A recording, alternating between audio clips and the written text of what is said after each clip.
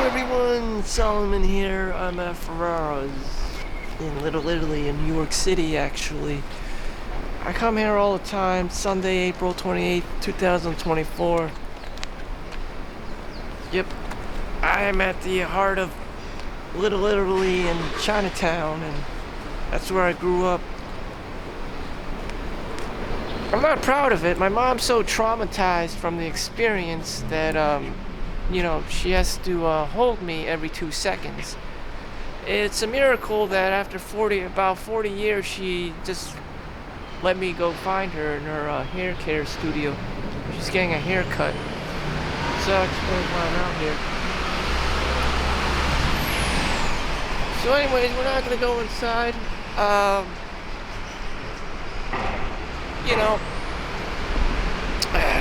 We're just going to do a run through Chinatown to reach the hair parlor and talk about my history. This is Chinatown. I'm Chinese. 39 or 40 years old. And I know what people are gonna say, where's your girlfriend? It's New York City. The best single life ever,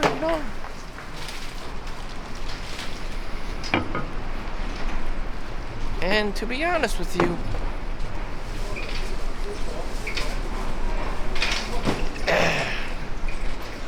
it's just a facade. It's whatever is in accordance, in alignment to your personality. I'm an introvert. I don't care as much. Meaning that I'm not willing to spend money and my time, mostly money, go through all these inconveniences to meet up with people, period. My brother's more extroverted, so, he has met people and they work for banks and Google, or they're ex-employees of XYZ company, and it's worth their time, but I'm not at that caliber, so no one really gives a fuck. And I'm aware of that, and I track that in my life too. So people around me right now are probably just a bunch of momos, and I'm a momo myself, so I really don't give a shit. The world of no one gives a shit. At the same time, I have much less responsibilities and care.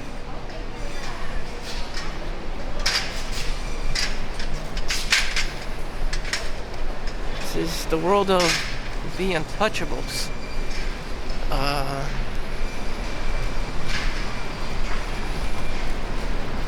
One time my brother went out, and this one guy was a doctor.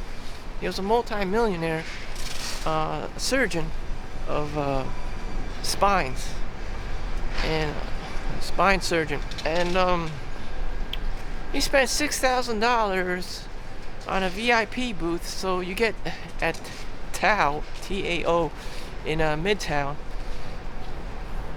where New York City is, and with all the lights and Broadway and everything.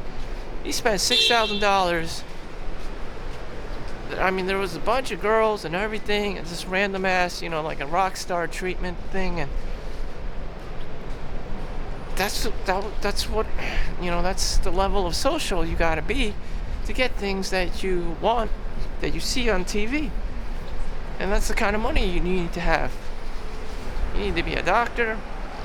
If you're not a doctor, you better be an entrepreneur, be owning your own business, or be some kind of multi-millionaire. All the above. How this guy accomplished all these things, it may be because he's white, maybe because he's 6 feet tall, and being a doctor is just a part of his thing, like Doogie Howser.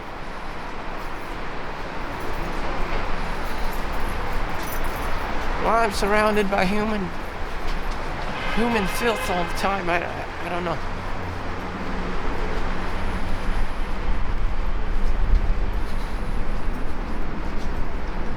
household of zero fucks given. Zero fucks given. And I don't want people giving a fuck either. You know.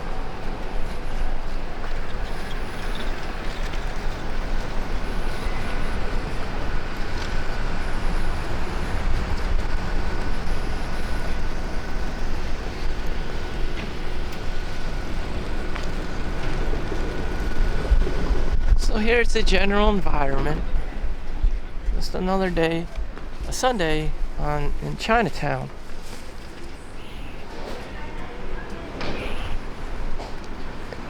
Everyone's always asking me things, all these questions. What's the best restaurant? What's the best? I want the best. You know, there is no best. There's no best anything. I think my grandma's lived in one of these. And then she died of COVID. This appears to be what used to be a Tong. Now it's a community center. I don't know what a goddamn Tong was until I saw Warrior on Netflix, the Bruce Lee story. The one that he wrote. Which is pretty good. It's got 3 seasons. This is my favorite. Dai Wong, or Big Wong in English. The first character is Big. That's easy. And Wong is just someone's name, which is much more harder to remember and recall. This is the community center. I've seen people get free lunch here and all kinds of things, but probably more importantly, free meals for needy people. Ming Wong restaurant. This is just the general iconic classic Chinatown. I'm pretty sure in 2030 it'll be this very similar. No changes, still same old dry paint. You know, just people doing their Momo thing. I remember back in 2003, 2002, same spiel. That's the court system with all the violent prisoners and Jeffrey Epstein's and stuff, and you know, whatever the hell.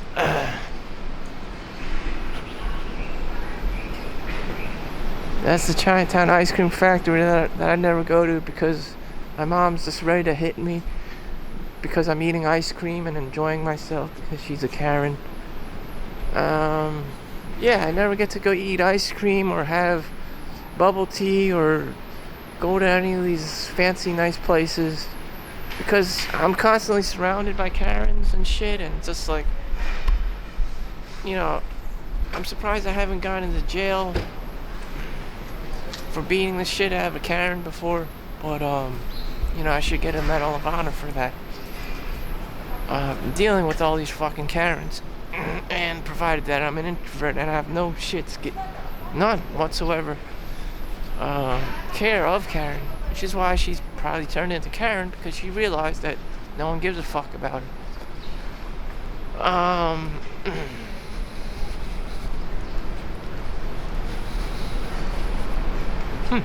So the hair place is just around that corner. This is just the classic Chinatown. I don't. Everyone's always obsessed about prices and stuff. Wow, look at that. A Chang Fun A5. Let's see. That's large $9.25, medium $5.75. Pork skin, radish, rice noodles. Curry fish balls, rice noodles. Rice noodles. I guess that's what they call it. An A4. Wow, look at that. This looks good. So $10, $6, $5. Oh wow. Oh, yes, we are open. I guess this is a new place here. Pretty cool. But yes. rice noodles, Cantonese style food here.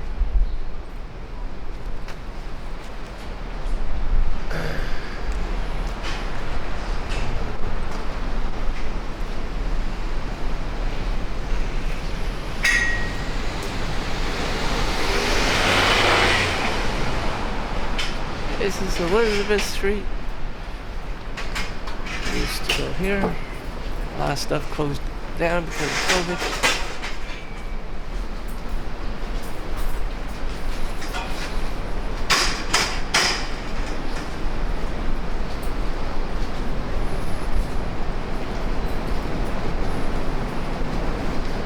And I am desperately trying to avoid any social interaction whatsoever.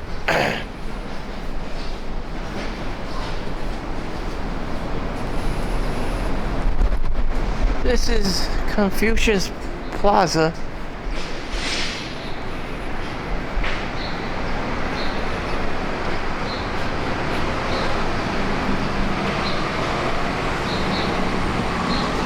It was like this in the 1980s, and it's still like this. Dirty, mean looking. Maybe have a little new building down there, but that's about it. Those are the projects in the back.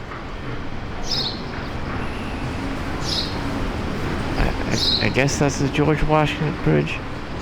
I don't know anymore. Bowery Street.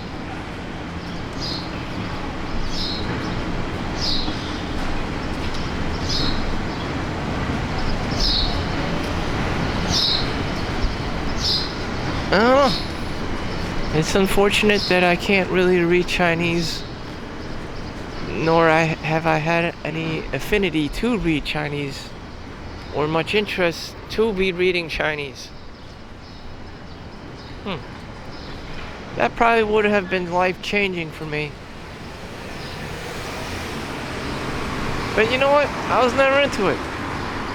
I failed so bad the teacher was crying to my mom. I don't know. It just wasn't enough. You know, someone would have to beat the shit out of me each and every single day, Monday through Friday, not just like on Sundays, to get Chinese into me. Reading and writing. Written and reading and spoken. But they did beat the shit out of me. My dad was a kung fu instructor. My mom was a Karen. And I still do not know Chinese all that well. It's very sad.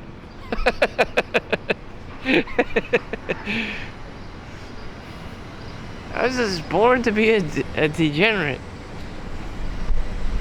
I am thankful that I'm not a homeless. So, at the age of 39, revisiting Chinatown, I am thankful that I'm not a homeless.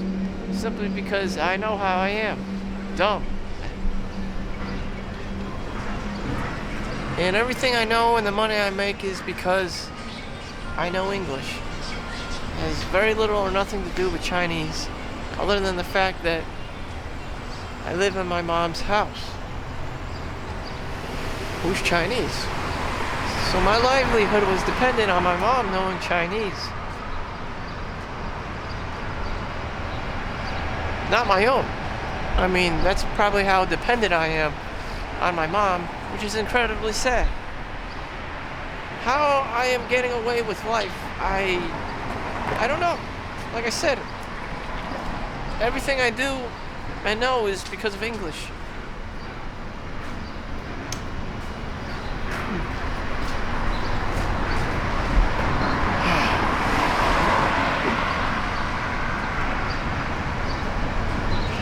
And the time I've spent, you know, I should probably be a Olympic gold medalist, but I'm just out here to survive. If I punch someone, they probably end up in the hospital, but it's not because I have great kung fu technique and I can teach it to people. It's because I've been in the gym so many times that I'm like at least twice or 3 times stronger than a normal ass person. And that's usually how Kung Fu works. You just do it, the same shit, the 10,000 hour rule, each and every single motherfucking day, and you become incredibly good at that one single thing you've been practicing. And I encourage people to get their kids to learn different languages. It doesn't have to be Chinese. Chinese is incredibly useful if you're into it, and if you're not, I'm not into it. I'm not into Chinese culture. I'm not into Chinese girls. I'm not into Chinese brothels, whorehouses. You know, I don't have yellow fever. Chad is more likely to chase around Asian girls than I am. I just don't care. I just don't care. I read this thing that white guys don't even care about white girls. It's, they had their fair share, and they're moving. They want something else. Like, you can get bored, and you want an interracial relationship or something more challenging or harder. I mean, as a human being, you can't just stay in the same baseline all the time. Your dopamine it's life. It has to go up and down. If you're just at the baseline all the time, it gets boring. You don't grow. You don't develop. You don't face any challenges, and that just happens with everyone. Or you can just be super racist and just, or super orthodox, and just keep it within the family. I mean, you could be having sex with your sister. I don't know, and you'd have like a lot of congenital problems. That's what happens in these orthodox, secular, tight Jewish communities and Amish.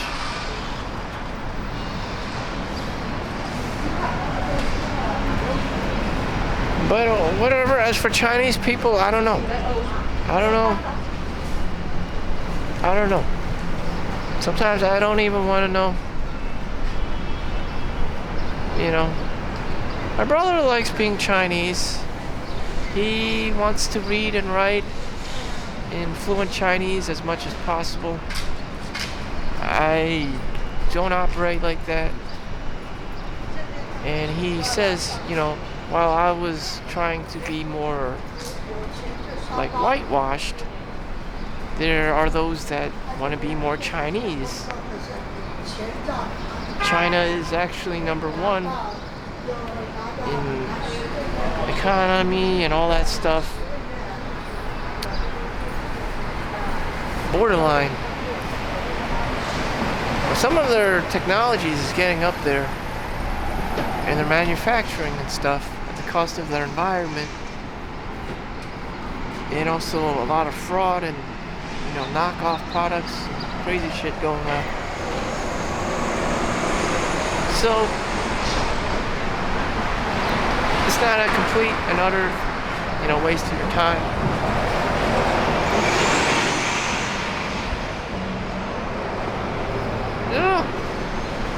I don't know.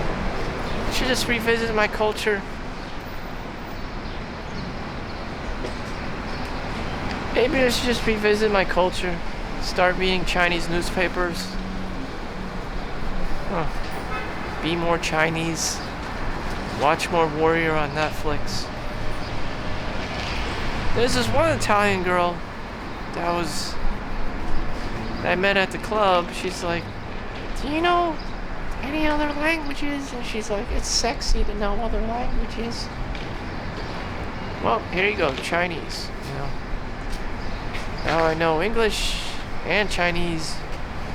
That'll give me a 1% chance of landing a girl. Increase. Knowing Chinese.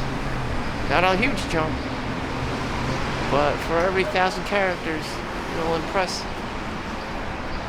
a girl by 1% more.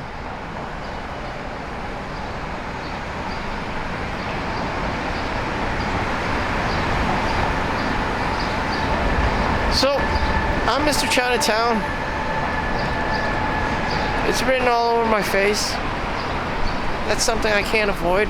I was just riding my bike and there's this Mexican groundkeepers guy and he always calls me Chinatown. He sees me and he says Chinatown. I'm like, what the fuck? I never said anything to him. I never said anything. And I can assure you that I don't need to say anything. You know, black guy walks into the room. Everyone knows he's black. I walk into the room. Everyone knows I'm Chinese. I'm Mr. Chinatown. And that's just how it is. People are just that racist. So there's a lot of things I don't know. There's a lot of things I should know. And if it's anything that can increase, you know, people being disappointed at me, is to know more Chinese. 1 out of 5 people are born Chinese. And right now, young people in China are struggling to get jobs or even survive in China. So, there was always this thing about me, like, why do I want to learn this? These people don't have fucking jobs and shit. Most people are just momos. I can be the master of Chinatown. I could better be well equipped, ordering food at Chinatown, speaking with my relatives who live in Brooklyn and Queens or whatever the fuck. There's like over 20 different Chinatowns in New York City, in New York, Brooklyn, Queens, Bronx, whatever the fuck, even all over the world, and that can increase, give me a 20% boost, just knowing Chinese. Just, I don't know, being born Chinese does not give me some kind of unfair language and unfair advantage in learning Chinese. I guess it does, but I guess I understand what people are saying, but as for writing and reading, not really. You have to do that with your own work ethic and your own discipline, and no one's going to really teach you unless you have to do it on your own. Damn.